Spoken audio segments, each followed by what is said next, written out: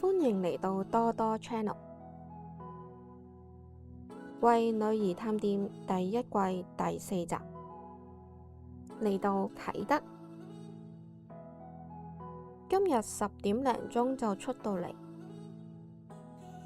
首先就去咗啟德體育園行一圈，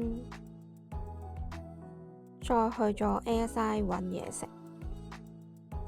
我哋嚟到6樓嘅五臟六腑，因為啱啱開門啦，所以冇人喺度。喺門口望下個餐牌先，佢除咗呢啲午市超值套餐之外，仲有其他單點嘅項目嘅。趁而家冇乜人喺度，影下環境先。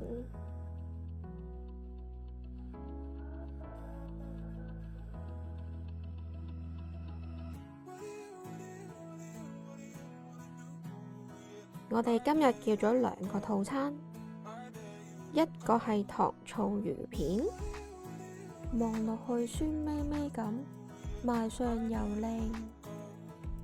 我而家睇返啲片都覺得好肚餓啊！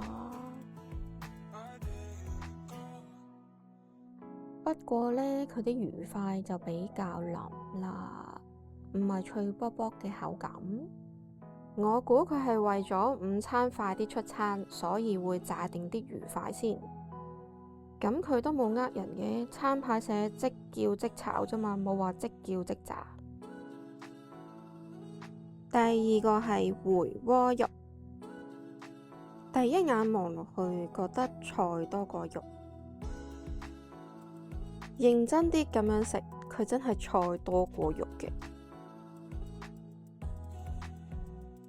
不過咁講，我就比較欣賞呢碟回鍋肉多啲啦，食落去辣辣地，啲菜又甜甜地，啲肉又夠嫩。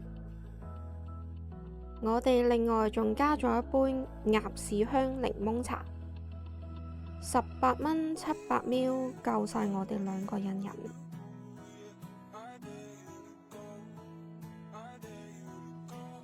我哋食咗2個餐，加多杯飲品，再加埋都係152蚊。食飽飽嚕，再去行多圈啟德體育園先，睇下有咩好嘢食。多謝大家收睇為女兒探店，下條片見。